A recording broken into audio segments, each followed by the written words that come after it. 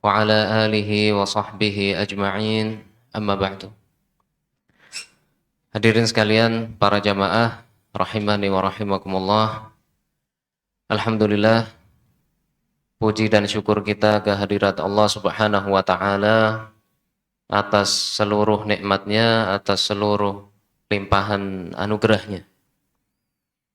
Di antara bentuk nikmat Allah Subhanahu wa taala kepada kita adalah taufik dan hidayahnya, kemudahannya untuk melakukan berbagai amal ketaatan di bulan yang mulia ini. Melaksanakan puasa di siang hari, kemudian di malam hari dengan melaksanakan qiyamul lail, salat tarawih, begitu juga berbagai amal ketaatan lain. Itu adalah nikmat yang luar biasa, yang tidak Allah berikan kepada setiap orang. Hanya Allah berikan kepada siapa di antara hamba-hambanya yang Dia kehendaki. Sehingga semestinya kita menyadari bahwa itu adalah sebuah anugerah yang sangat mulia dari Allah Subhanahu wa taala dan semestinya kita mensyukurinya. Hadirin sekalian, para jamaah rahimani wa rahimakumullah. Kajian kita pada sore hari ini tentang pembatal-pembatal pahala puasa. Sehingga bukan membatalkan puasanya, tapi membatalkan pahalanya. Kita tentu mengetahui bahwa manusia ini diciptakan oleh Allah Subhanahu wa taala bukan untuk sia-sia. Allah Subhanahu wa taala menciptakan manusia ini diperintah dan dilarang. Kemudian setelah itu akan diberi balasan. Apabila amal yang dilakukan adalah amal yang baik, maka balasannya adalah balasan yang baik. Begitu juga sebaliknya, apabila amalan yang dilakukan adalah amalan yang buruk, dia akan mendapatkan balasan yang setimpal. Balasan kebaikan itu diberikan oleh Allah Subhanahu wa taala sesuai dengan keutamaan, sesuai dengan sifat kemuliaan Allah Subhanahu wa taala. Sedangkan balasan untuk amalan keburukan itu sesuai dengan keadilannya. Sehingga kalau Allah Subhanahu wa taala membalas suatu amal kebaikan, maka balasannya itu adalah balasan yang didasarkan pada keutamaan dan kedermawanan Allah Subhanahu wa taala. Sebaliknya apabila ada amalan keburukan, maka Allah taala akan membalasnya sesuai dengan keadilannya. Allah taala tidak berbuat zalim terhadap hamba-hambanya. Kita mengetahui bahwa tentu amal ibadah kita itu tidak setimpal dengan balasan yang Allah berikan. Ibadah yang kita lakukan itu sedikit, dan dari ibadah yang sedikit itu banyak juga kekurangannya. Sehingga kalau Allah Subhanahu wa taala membalas amal ibadah kita yang sedikit dan penuh dengan kekurangan itu dibalas dengan kebaikan kelak di akhirat, itu adalah fadlullah Subhanahu wa taala, keutamaan Allah Subhanahu wa taala dan kedermawanannya. Karena tidak setimpal antara amal yang kita lakukan dengan balasan yang Allah Subhanahu wa taala berikan. Sehingga amal manusia ini bukan sebagai alat tukar yang sebanding dengan balasan Allah Subhanahu wa taala, tapi sebagai sebab. Amal soleh itu adalah sebab seseorang mendapatkan balasan yang baik kelak di akhirat, bukan sebagai imbal balik yang sesuai. Dan ketika Allah Subhanahu wa taala menghukum hambanya karena perbuatan buruk yang dia lakukan, maka itu sesuai dengan keadilannya, bahwa Allah Subhanahu wa taala tidak pernah berbuat zalim sedikit pun kepada hamba-hambanya. Hadirin sekalian, para jamaah rahimani wa rahimakumullah, di dalam bahasa syariat balasan itu ada yang namanya ajrun, ada yang namanya sawabun, dan ada yang namanya jaza. Ajrun ini adalah bisa dimaknakan sebagai pahala, tapi penggunaannya bahwa al-ajru, pahala, ganjaran, al-ajr itu digunakan untuk amal kebaikan. Sehingga kalau amalnya itu adalah amal kebaikan, balasannya adalah balasan kebaikan, maka balasannya itu disebut dengan ajrun. Lahum ajrun, falahum ajrun, ghairu mamnun. Bagi mereka pahala, ini pahala yang kaitannya dengan amal kebaikan, sehingga balasannya adalah balasan yang baik. Ghairu mamnun, yang tidak pernah terputus. Demikian juga Allah Subhanahu wa taala tidak mengungkit-ungkit keburukan hambanya.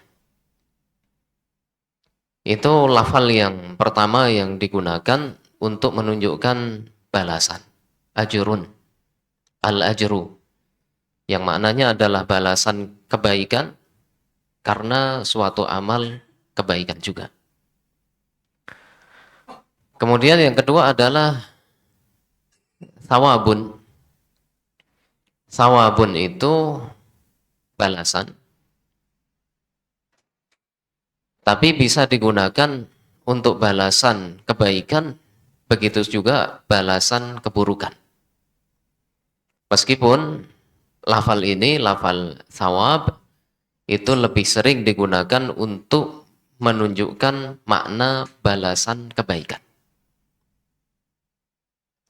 Wallahu indahu husnus sawab. Dan Allah Subhanahu wa taala di sisinya ada balasan yang baik. Tapi bisa juga sawab itu digunakan untuk menunjukkan balasan keburukan karena amal yang buruk.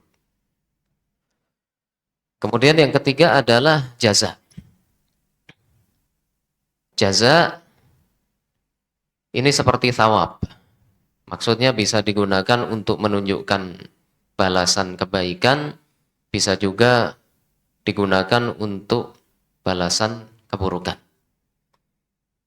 Tapi dari satu sisi ini berkebalikan dengan thawab, karena kalau jaza itu lebih sering digunakan untuk balasan keburukan. Jadi bisa digunakan untuk balasan kebaikan seperti doa yang sering kita ucapkan, jazakallahu khairan, semoga Allah memberikan balasan berupa kebaikan. Jazauhum 'inda rabbihim jannatu 'adnin. Balasan bagi mereka di sisi Rabb mereka, di sisi Allah Subhanahu wa taala adalah surga-surga sebagai tempat tinggal. Tapi di sisi lain seringkali jaza itu digunakan untuk balasan keburukan. Sehingga tiga lafal ini digunakan di dalam bahasa syariat. Ada ajrun, itu pahala kebaikan karena amal kebaikan. Kemudian thawabun dan jaza. Keduanya digunakan untuk yang baik, balasan yang baik. Demikian juga balasan yang buruk. Thawab lebih sering digunakan untuk balasan kebaikan, kemudian jaza lebih sering digunakan untuk menunjukkan balasan keburukan.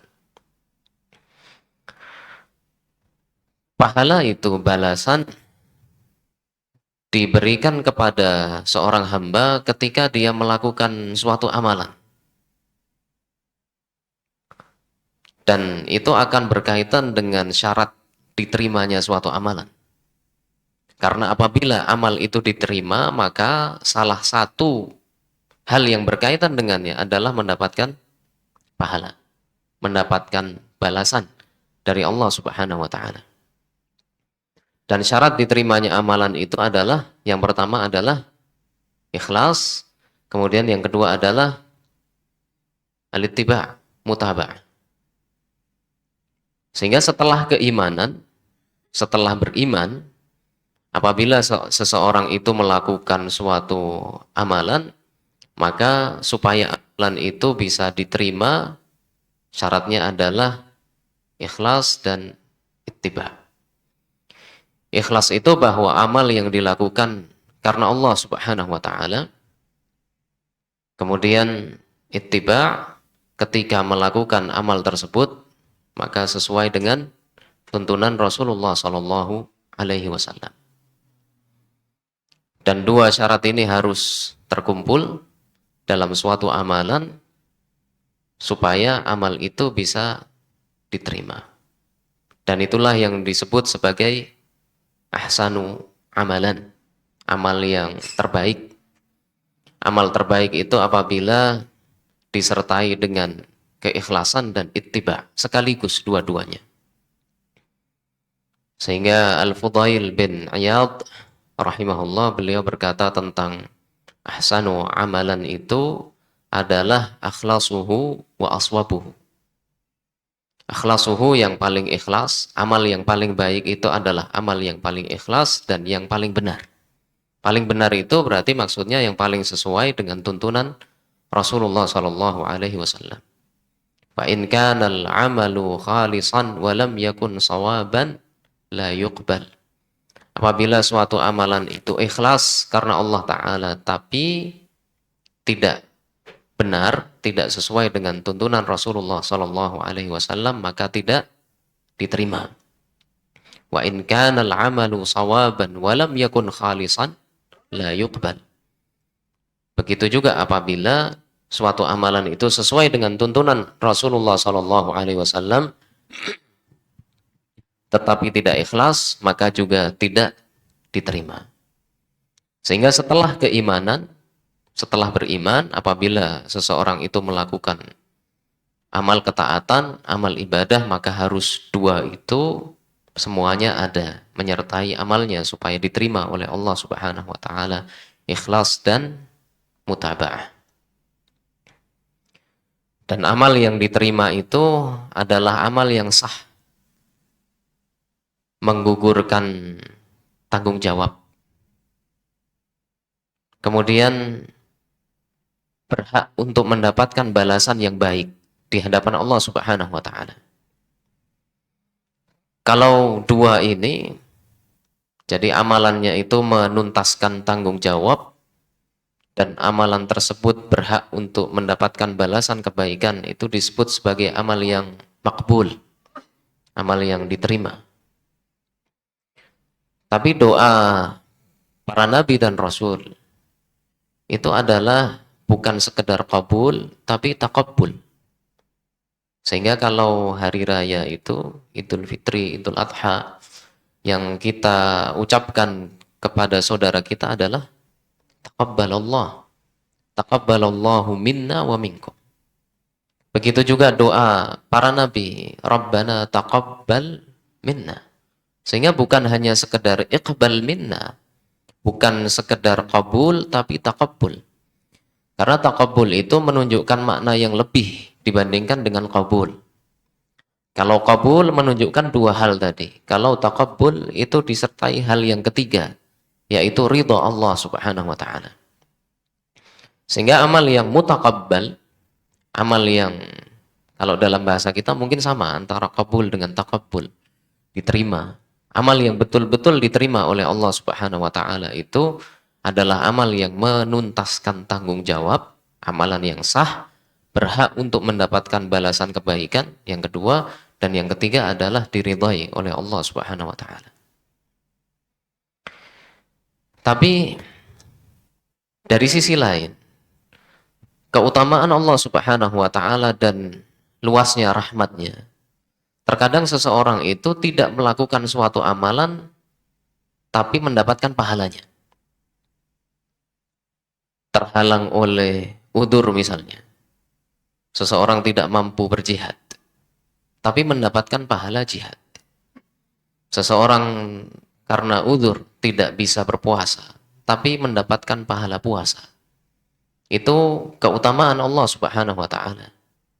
Sehingga ada bentuk amal-amal seperti itu, meskipun seseorang tidak melakukannya, tapi melakukan amal yang lain misalnya, atau tidak juga melakukan amal yang lain, tapi Allah Subhanahu wa taala memberikan pahala amalan tersebut untuknya. Nah, termasuk diantaranya adalah puasa. Puasa itu ada seseorang yang bisa mendapatkan pahala puasa itu meskipun tidak melakukannya. Tidak melakukannya karena uzur atau karena sebab lain yang dibenarkan di dalam syariat. Di dalam sebuah hadis Rasulullah sallallahu alaihi wasallam bersabda, "Inna bil madinati aqwaman ma sirtum sayran wa la qata'tum wadiyan illa kanu ma'akum." Sesungguhnya di Madinah itu ada suatu kaum, tidaklah kalian melalui suatu perjalanan dan tidaklah kalian menempuh melewati suatu lembah illa kanu ma'akum, melainkan mereka itu bersama dengan kalian. Ini Rasulullah Shallallahu alaihi wasallam bersabda kepada para sahabat yang berjihad. Jadi ada mereka yang tetap tinggal di Madinah tapi juga mendapatkan pahala jihad. Qalu ya Rasulullah wa hum bil Madinah. Para sahabat yang berangkat berjihad itu mereka bertanya, mereka tetap di Madinah wahai Rasulullah. Beliau menjawab, qala wa hum bil Madinah. Mereka tetap berada di Madinah. Habasahumul udhru. Mereka itu tertahan, tidak bisa ikut berjihad karena udzur, karena ada alasan yang dibenarkan di dalam syariat. Sehingga karena udzur itu, meskipun mereka tidak melakukan amal itu, tapi Allah Subhanahu wa taala memberikan pahala bagi mereka. Berkaitan dengan puasa, ada pahala puasa yang Allah berikan bagi orang yang bisa jadi melakukannya, bisa jadi juga tidak. Yang pertama, amalan yang pahalanya itu adalah seperti pahala puasa. Membantu orang-orang miskin, begitu juga membantu para wanita yang tidak bersuami. Tidak bersuami itu apakah sebelumnya pernah menikah kemudian berpisah? Berpisah karena suatu sebab atau berpisah karena meninggal dunia misalnya, atau memang belum pernah menikah sama sekali. Maka di dalam sebuah hadis Rasulullah Shallallahu alaihi wasallam menjelaskan bahwa membantu mereka, membantu orang-orang yang lemah, membantu orang miskin, para wanita yang tidak memiliki suami atau orang lain yang menanggungnya, pahalanya adalah seperti pahala puasa. Rasulullah Shallallahu alaihi wasallam bersabda, "As-sa'i 'alal armalati wal miskin kal mujahidi fi sabilillah." Orang yang membantu al-armalah itu wanita yang tidak bersuami, wal miskin, dan orang miskin. Kal mujahidi fi sabilillah, seperti orang yang berjihad di jalan Allah. Awil qa'imil lail, atau seperti orang yang banyak melakukan qiyamul lail. As-sha'im an-nahar, atau seperti orang yang banyak berpuasa di siang hari. Sehingga dengan membantu orang-orang yang membutuhkan itu, membantu orang-orang yang lemah itu, seseorang bisa mendapatkan pahala yang banyak. Pahala seperti pahala berjihad fisabilillah, seperti orang yang banyak melakukan qiyamul lail, dan pahala seperti orang yang banyak berpuasa. Kemudian amal yang kedua, yang pahalanya itu seperti pahala puasa, adalah husnul khuluq, akhlak yang baik, akhlak yang mulia. Sehingga dengan akhlak yang mulia itu, dengan akhlak yang baik, seseorang bisa mendapatkan pahala seperti pahala orang yang banyak berpuasa. Rasulullah sallallahu alaihi wasallam bersabda, "Ma min syai'in yudha'u fil mizan athqalu min husnil khuluq." Tidak ada sesuatu yang diletakkan di atas timbangan amal yang lebih berat dibandingkan dengan akhlak yang baik. Akhlak yang baik ini umum, ada tentunya akhlak kepada Allah Subhanahu wa taala, ada akhlak kepada Rasulullah sallallahu alaihi wasallam, ada akhlak kepada sesama manusia. Akhlak kepada Allah Subhanahu wa taala dengan beriman kepadanya. Akhlak kepada Rasulullah sallallahu alaihi wasallam dengan ittiba, mengikuti teladan beliau. Dan akhlak kepada sesama manusia dengan ucapan dan perbuatan yang baik. Sehingga husnul khuluq, akhlak yang baik, itu adalah amalan yang sangat berat dalam timbangan kelak di akhirat. Wa inna sahiba husnil khuluq la yablughu bihi darajata sahibis shaumi was shalah. Dan sesungguhnya orang yang memiliki akhlak yang baik itu bisa mencapai derajat orang yang banyak berpuasa dan banyak melakukan salat qiyamul lail. Sehingga dengan akhlak yang mulia itu bisa mencapai derajat orang yang banyak berpuasa dan banyak melakukan qiyamul lail. Kemudian amalan yang ketiga yang juga mendapatkan pahala seperti pahala puasa adalah memberikan hidangan, makanan atau minuman berbuka untuk orang yang berpuasa. Rasulullah sallallahu alaihi wasallam bersabda, "Man fattara sha'iman kana lahu mithlu ajrihi." Siapa yang memberikan hidangan berbuka puasa untuk orang yang berpuasa, kana lahu mithlu ajrihi, maka dia mendapatkan pahala yang sama dengan orang yang berpuasa itu. Ghaira annahu la yanqusu min ajri shaimi syai'. Tanpa ada pahala untuk orang yang berpuasa itu yang dikurangi sedikit pun. Sehingga orang yang berpuasa pahalanya utuh, kemudian orang yang memberikan hidangan untuk berbuka bagi orang yang berpuasa itu, dia mendapatkan pahala yang semisal dengan orang yang berpuasa tersebut. Mungkin orang yang memberikan hidangan itu tidak berpuasa saat puasa sunnah misalnya, tapi dia mendapatkan pahalanya.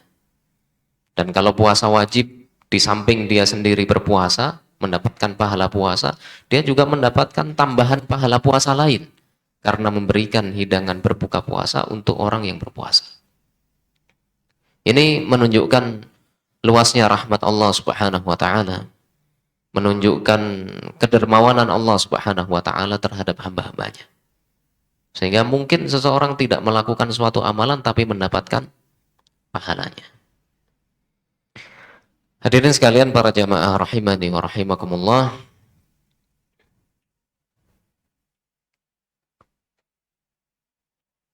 Sempurnanya pahala puasa itu adalah dengan menjaganya, dengan menjaga puasa tersebut. Menjaga pahala puasa itu dilakukan lebih dari sekedar menahan diri dari makan, minum, dan syahwat. Sehingga kalau puasa secara umum itu adalah menahan diri dari makan dan minum, begitu juga hal-hal lain yang membatalkannya. Seseorang yang menjaga puasanya juga menahan diri dengan anggota badannya, supaya pahala puasanya itu sempurna dan tidak berkurang. Maka menjaga puasa itu dilakukan dengan menjaga hati, demikian juga menjaga lisan, menjaga pandangan, menjaga telinga. Bukan hanya sekedar menjaga diri dari makan dan minum, tapi anggota badan yang lainnya juga turut berpuasa, juga ikut menahan diri. Hatinya berusaha untuk dibersihkan, berusaha untuk menghilangkan kotoran-kotorannya, berusaha untuk menghilangkan penyakit-penyakitnya. Karena hati, al-qalb dalam bahasa kita biasa diterjemahkan dengan hati, yang maksudnya adalah jantung. Jantung ini adalah al-qalb, inti dari setiap manusia. Dan itulah yang dilihat oleh Allah Subhanahu wa taala. Innallaha la yanzuru ila suwarikum wa amwalikum. Sesungguhnya Allah Subhanahu wa taala tidak melihat kepada bentuk tubuh. Demikian juga tidak melihat kepada harta kalian. Innama yanzuru ila qulubikum wa a'malikum. Sesungguhnya yang dilihat oleh Allah Subhanahu wa taala dari hamba-hambanya itu adalah hati dan amalnya. Sehingga hati dan amal itulah yang menjadi pembeda antara seseorang dengan yang lainnya di hadapan Allah Subhanahu wa taala. Kemuliaan, kehinaan seorang hamba di hadapan Allah Subhanahu wa taala itu bergantung dengan hati dan amalnya. Sehingga penting bagi orang yang berpuasa untuk memperbaiki hatinya. Kemudian yang kedua adalah dengan menjaga lisannya. Menjaga lisan ketika berpuasa, sehingga yang keluar dari mulutnya itu adalah ucapan yang baik. Ucapan yang baik itu setidaknya adalah yang mubah. Yang mubah itu yang diperbolehkan di dalam syariat. Yang pada asalnya tidak mendapatkan pahala dan tidak juga mendapatkan hukuman. Setidaknya yang diucapkan adalah yang mubah. Dan tentu apabila yang diucapkan itu adalah sesuatu yang mustahab hukumnya, atau sesuatu yang wajib, maka itu adalah amal ketaatan yang luar biasa. Rasulullah sallallahu alaihi wasallam bersabda, "Man lam yada' qaulaz zur wal 'amala bihi." Siapa yang tidak meninggalkan ucapan dusta, wal 'amala bihi, dan amalan kedustaan, falaisa lillahi hajatun an yada'a ta'amahu wa syarabahu. Maka Allah Subhanahu wa taala tidak butuh orang itu meninggalkan makan dan minumnya. Maksudnya itu bisa mengurangi pahala puasanya, bahkan bisa menghabiskannya. Maka ketika berpuasa seseorang menahan diri supaya ucapannya itu adalah ucapan yang baik, setidaknya adalah ucapan yang mubah, ucapan yang tidak dilarang. Tentu akan lebih mulia lagi apabila yang dia ucapkan itu adalah ucapan yang hukumnya adalah mustahab atau wajib. Mustahab misalnya memperbanyak bacaan Al-Quranul Karim misalnya. Atau kalau yang wajib itu membaca surat Al-Fatihah ketika sholat. Itu adalah ucapan yang wajib. Itu adalah sesuatu yang berpahala di sisi Allah Subhanahu wa ta'ala. Demikian juga menjaga pandangan mata supaya tidak melihat sesuatu yang diharamkan oleh Allah Subhanahu wa ta'ala. Allah Ta'ala berfirman kepada Rasulnya, "Qul lil mu'minina yaghuddu min absarihim wa yahfadhu furujahum."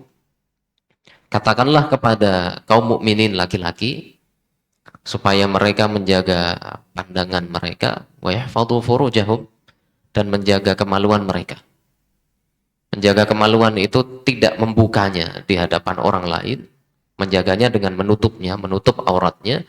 Demikian juga menjaga kemaluan itu dilakukan dengan cara tidak menyalurkan syahwatnya, bukan pada jalannya. Sehingga itu termasuk dalam cakupan menjaga kemaluan. Bahwa menjaga kemaluan itu maknanya adalah menutup aurat. Demikian juga dengan menyalurkan syahwatnya dengan cara yang diizinkan di dalam syariat. Demikian juga wa qul lil mu'minati yaghuddna min absarihinna wa yahfazna furujahunna. Dan katakanlah kepada para wanita mukminat, wahai Rasul, hendaklah mereka menjaga pandangan mereka dan menjaga kemaluan mereka. Sehingga yang berpuasa termasuk diantaranya adalah demikian juga menjaga telinga. Menjaga telinga supaya tidak mendengarkan hal-hal yang buruk. Tidak ikut mendengarkan ghibah ketika ada orang lain menggunjing saudaranya. Tidak ikut mendengarkannya. Demikian juga tidak mendengarkan sesuatu yang dilarang di dalam syariat. Musik, nyanyian. Allah Subhanahu wa taala berfirman, "Wa minan nasi may yashtari lahwal hadits liyudilla an sabilillah." Di antara manusia itu ada yang yashtari lahwal hadits, mereka membeli ucapan yang sia-sia untuk menyesatkan manusia dari jalan Allah Subhanahu wa taala. Sehingga kembalinya bahwa supaya pahala puasa itu sempurna adalah selain dengan menjaga diri dari pembatal-pembatal puasa, juga dengan menjaga anggota badan. Menjaga anggota badan untuk digunakan dalam ketaatan kepada Allah Subhanahu wa taala dan supaya tidak digunakan dalam kemaksiatan. Hadirin sekalian, rahimani wa rahimakumullah. Kemudian yang membatalkan atau mengurangi pahala puasa secara umum bahwa kalau pembatal-pembatal puasa, makan, minum, melakukan hubungan suami istri di siang hari saat puasa, itu membatalkan puasanya dan juga membatalkan pahalanya. Sehingga kalau orang sedang berpuasa kemudian dengan sengaja dia makan atau minum, maka batal puasanya dan batal juga pahalanya. Dia tidak mendapatkan pahala puasa itu karena memang puasa yang dia lakukan dia rusak. Tapi ada hal yang lain, itu adalah sesuatu yang membatalkan pahalanya tapi tidak membatalkan puasanya. Sehingga puasanya termasuk puasa yang sah. Tidak memiliki kewajiban untuk menggantinya di lain waktu. Tapi dari sisi pahala, ada pahalanya yang berkurang atau bahkan habis sama sekali.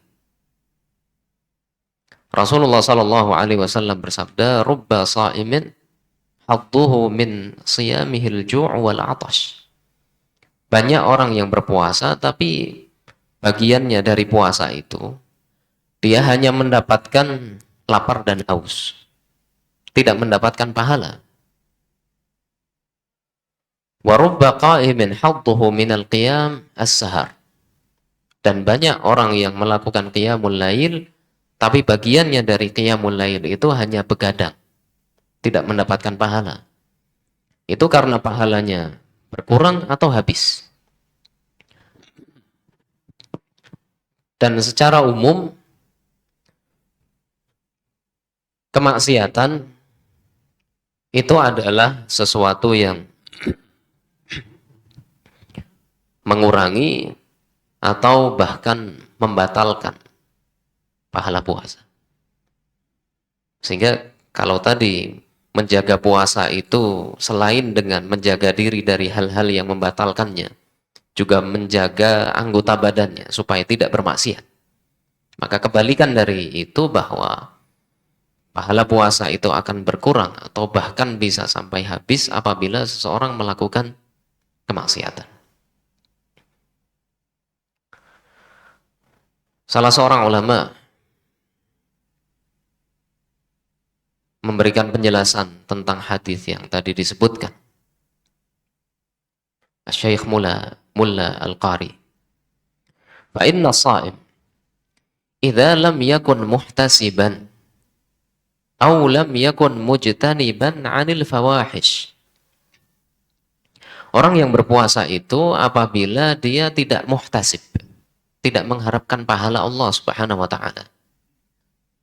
Aw lam yakun mujtaniban anil fawahish, atau tidak menghindari perbuatan-perbuatan yang keji. Sehingga semestinya orang yang berpuasa itu memiliki niat untuk melakukan puasa. Sehingga di dalam hadis disebutkan man shoma ramadhana imanan wahtisaban. Berpuasa itu karena keimanan kepada Allah Subhanahu wa taala dan mengharapkan pahalanya. Apabila seseorang tidak mengharapkan pahala dari puasanya, tidak meniatkan puasanya itu sebagai amal ketaatan, demikian juga tidak menghindari perbuatan-perbuatan yang keji ketika berpuasa itu, minaz zuri wal buhtani wal ghibati wa nahwiha minal manahi. Perbuatan-perbuatan yang keji itu apakah ucapan yang dusta atau al-buhtan, dalam bahasa kita bisa dimaknakan memfitnah orang lain, al-ghibah menggunjing orang lain, wa nahwiha minal manahi, atau hal-hal yang lain yang dilarang.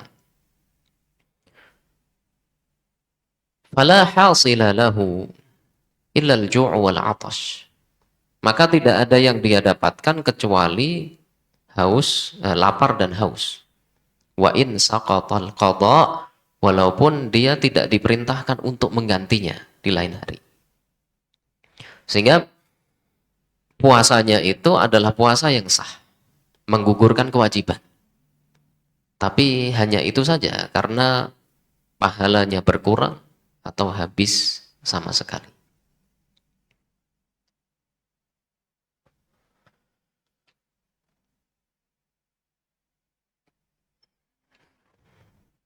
Di antara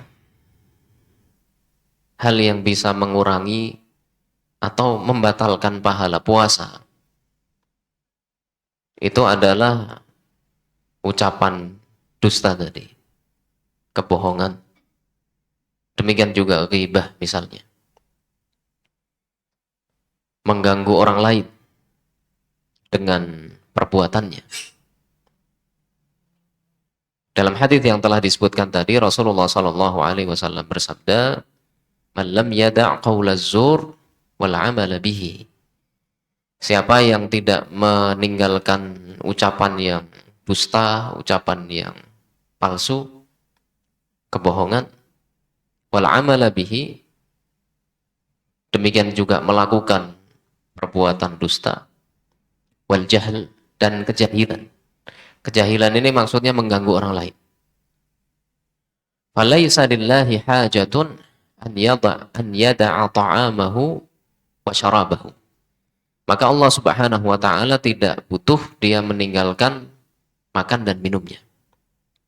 Maksudnya apabila seseorang ketika berpuasa kemudian tidak menjaga lisannya, tidak menjaga perbuatannya, tetap mengucapkan perkataan yang dusta misalnya, mengganggu orang lain, maka itu mengurangi pahala puasanya. Sehingga disebut sebagai Allah Subhanahu wa taala tidak butuh kepada puasa yang dia lakukan. Demikian juga termasuk hal yang mengurangi pahala puasa atau membatalkannya, itu adalah bertengkar misalnya ketika sedang berpuasa. Karena itu bertentangan dengan hakikat puasa yang intinya adalah menguatkan kesabaran. Demikian juga ucapan yang menjurus kepada syahwat atau perbuatan yang menjurus kepada syahwat. Rasulullah Shallallahu Alaihi Wasallam bersabda, "Asyamu junnah." Puasa itu seperti perisai, seperti tameng. Tameng dari syahwat di dunia, begitu juga tameng perisai dari azab Allah Subhanahu wa taala, dari neraka di akhirat.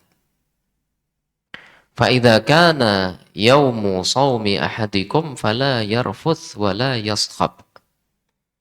Maka pada hari ketika seseorang di antara kalian berpuasa, fala yarfuth.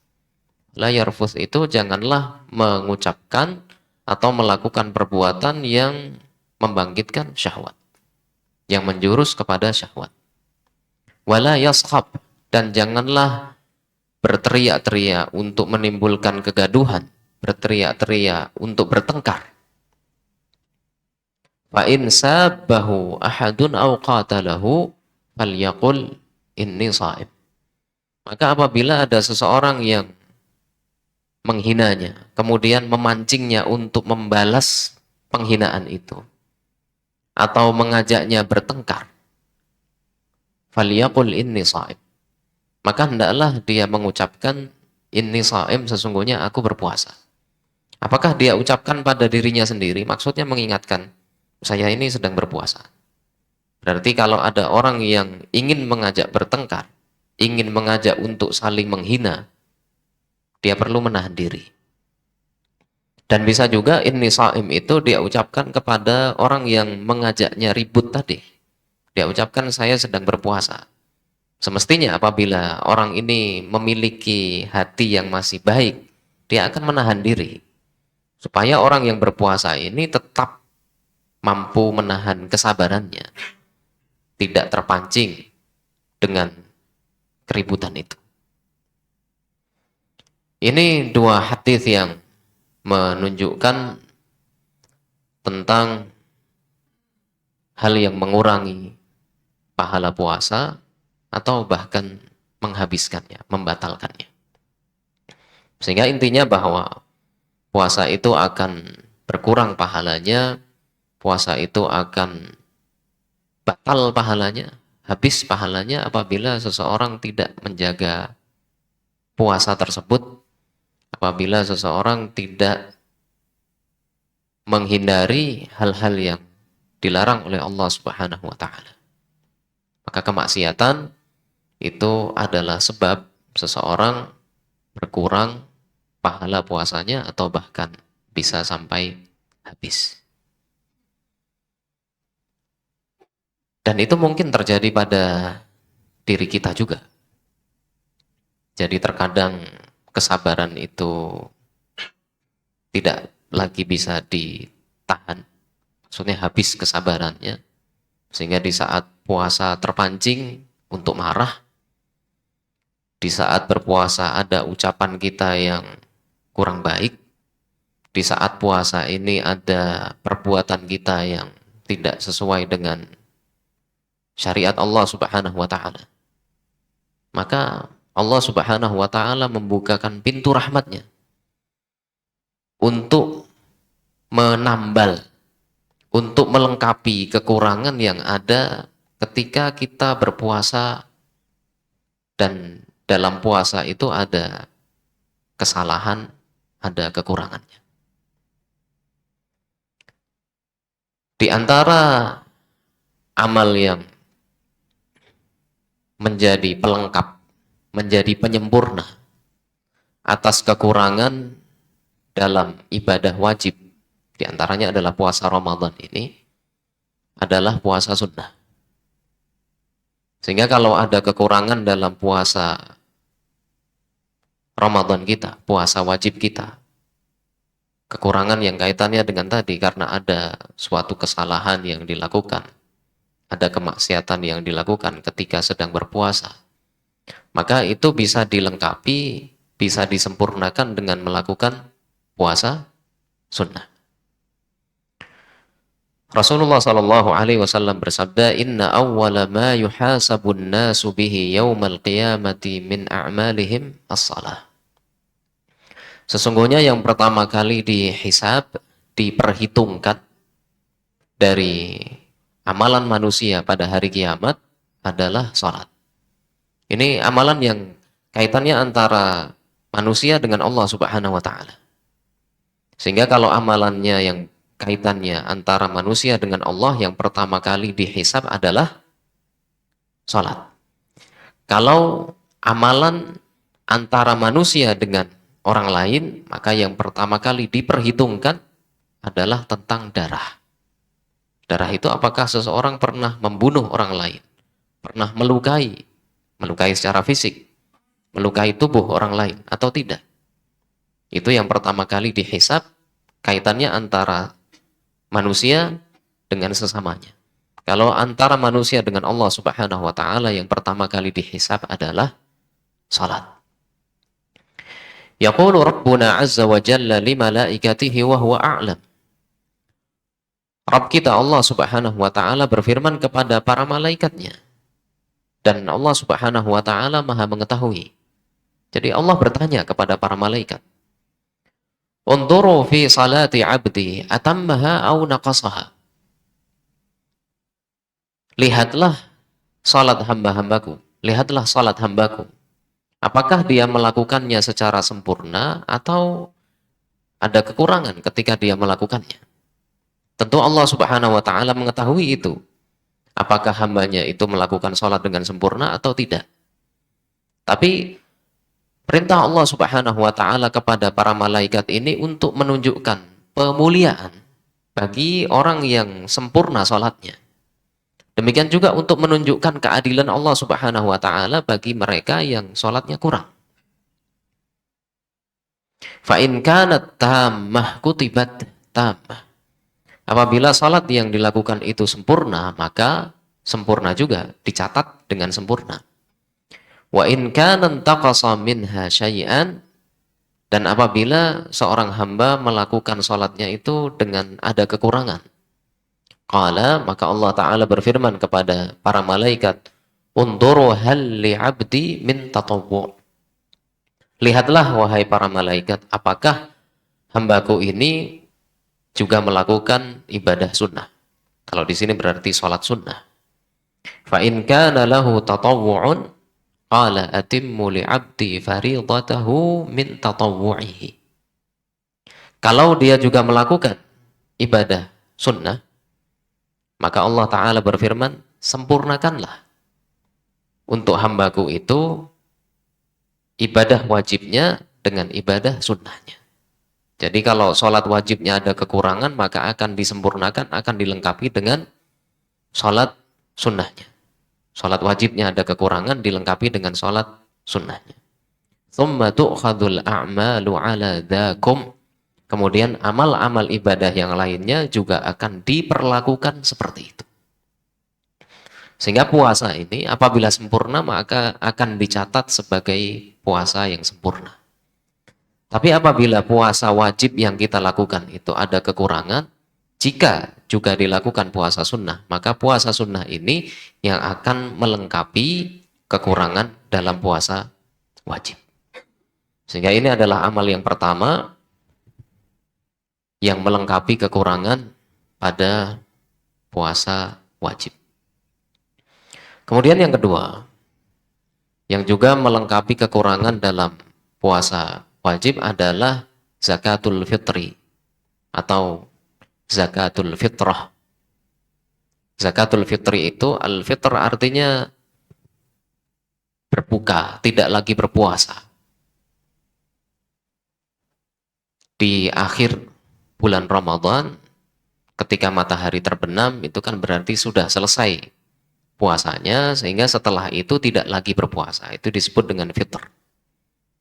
Sehingga karena zakat ini sebabnya adalah karena selesai puasanya, maka disebut dengan zakatul fitri. Dan ulama juga menyebutnya dengan fitrah. Fitrah itu artinya jiwa.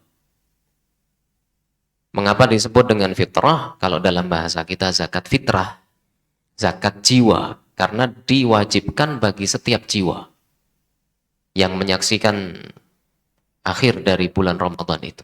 Apakah yang kecil atau yang kecil, yang dewasa, laki-laki, wanita, orang yang merdeka atau budak. Dari kalangan kaum muslimin, mereka berkewajiban untuk menunaikannya. Sehingga karena wajib bagi setiap jiwa, maka disebut sebagai zakat jiwa. Yang dalam bahasa Arabnya disebut dengan zakat fitrah. Fitrah. Nah, zakat fitrah ini, itu juga salah satu hikmahnya adalah untuk melengkapi kekurangan jika terdapat pada puasa wajib. puasa Ramadan.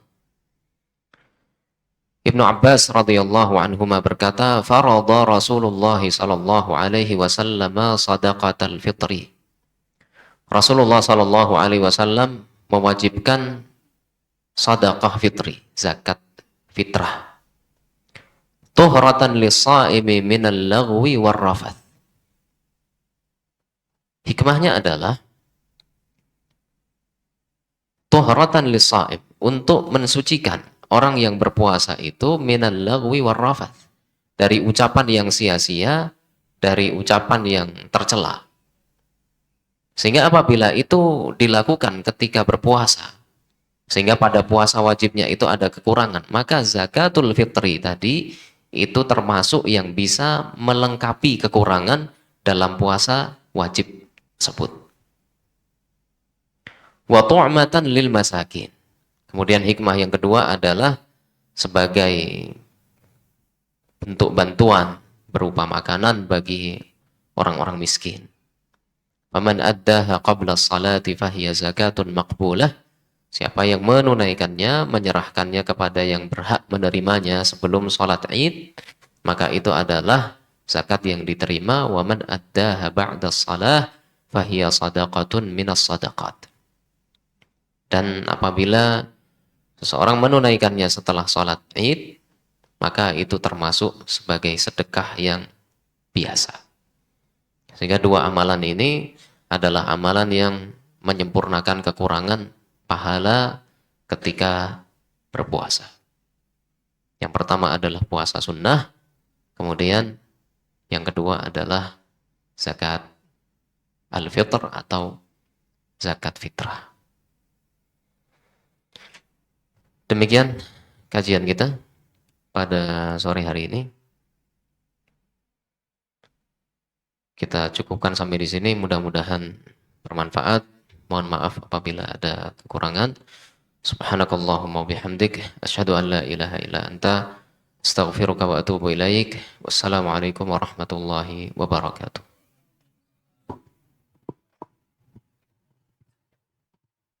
Tanya jawab. Ya silakan. Barangkali ada pertanyaan.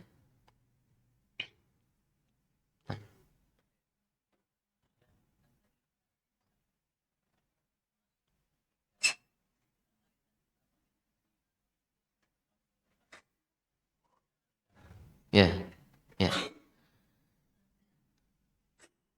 Jadi di dalam sebuah hadis Rasulullah sallallahu alaihi wasallam bersabda, "Awwalu ma yuhasabu bihil 'abdu fit dima." Yang pertama kali dihisab yang berkaitan dengan amal manusia itu adalah tentang darah. Kalau tadi awwalu ma yuhasabu bihil 'abdu min a'malihi shalah. Amal yang pertama kali dihisab, amal manusia itu adalah salat. Sehingga kalau yang satunya yang pertama kali dihisab tentang darah, yang pertama kali dihisab tentang salat. Tapi tadi sudah dijelaskan bahwa dua hadis ini tidak saling bertolak belakang, tidak saling bertentangan. Karena kalau salat itu berarti adalah amalan yang kaitannya antara manusia dengan Allah Subhanahu wa taala. Kemudian yang kaitannya dengan sesama manusia itu adalah tentang darah. Pertanyaannya tadi apakah ketika melahirkan begitu ya. Sehingga kaitannya antara seorang anak dengan ibunya apakah juga dihisab. Kalau itu tidak termasuk di sini. Yang dimaksud dengan darah di sini adalah menumpahkan darah secara batil. Menumpahkan darah itu dalam artian membunuh jiwa yang dilarang, yang dilindungi di dalam syariat, atau melukainya. Kalau darah yang muncul atau darah yang menyertai kelahiran, itu tidak termasuk di dalam makna hadis ini. Tapi tentu kita mengetahui bahwa dari sisi lain, seorang anak berkewajiban untuk berbakti terhadap ibunya. Seorang anak berkewajiban untuk berbuat baik yang disebut dengan albir, birrul walidain. Dan albir itu adalah perbuatan baik yang banyak. Sehingga kewajiban anak itu adalah berbuat banyak kebaikan terhadap kedua orang tuanya, terlebih kepada ibunya. Karena perjuangan seorang ibu itu luar biasa terhadap anaknya. Kita yang sudah bapak-bapak, yang pernah mendampingi persalinan, itu kan tahu bagaimana perjuangan seorang wanita ketika melahirkan. Kalau disuruh gantian, biar yang perempuan aja yang menunggu, kemudian bapaknya itu yang melahirkan gitu. Apa mau? Enggak mau. Karena luar biasa itu bagaimana rasa sakitnya, bagaimana perjuangannya. Sehingga kalau yang bapak-bapak pernah mengikuti, mendampingi istrinya melahirkan, itu bisa membayangkan bagaimana dulu ketika dikeluarkan dari perut ibu. Itu perjuangannya juga kurang lebih seperti itu. Perjuangan yang besar. Setelah melahirkan masih menyusui. Dalam keadaan sakit, dalam keadaan nifas. Nifas itu kan biasanya juga tidak lepas dari rasa sakit. Mau jalan saja mungkin susah. Bersamaan dengan itu harus merawat anaknya. Merawat itu ya namanya bayi. Nggak punya jam buat nangisnya kapan, terus laparnya kapan. Ya semaunya, kan begitu. Malamnya bisa nangis, bisa macam-macam, sehingga perjuangan luar biasa. Maka itu sebagai pengingat bagi saya pribadi, demikian juga hadirin sekalian, bahwa berbakti kepada kedua orang tua itu adalah hal yang termasuk sesuatu yang sangat ditekankan di dalam syariat. Apakah berbakti ketika kedua orang tua itu masih hidup, begitu juga ketika telah meninggal dunia. Karena kebaktian seorang anak terhadap kedua orang tuanya itu tidak terputus dengan meninggalnya orang tua. Meskipun orang tua telah meninggal, anak itu masih tetap bisa berbakti dengan mendoakannya di antaranya. Ada pertanyaan lain? Ya, silakan, Pak.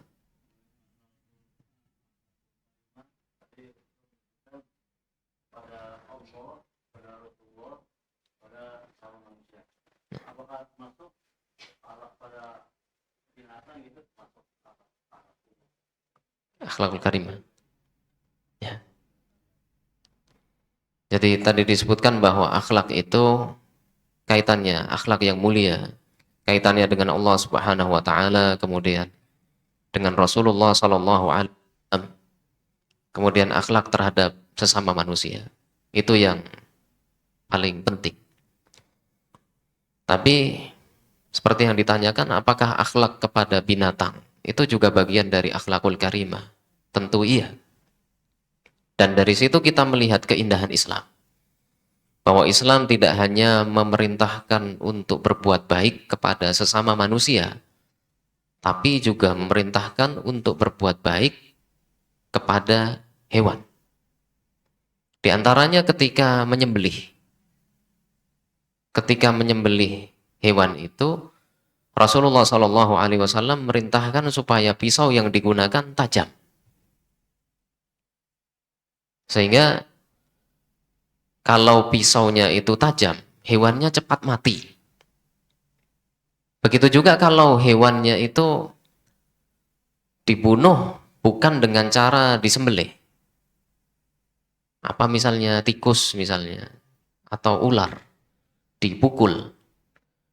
Diusahakan supaya ketika memukul itu segera mati. Sehingga tidak diperbolehkan apabila tikus itu dimasukkan di dalam jebakan lalu direndam di kolam sampai mati. Itu termasuk menyiksa yang tidak dibenarkan di dalam Islam.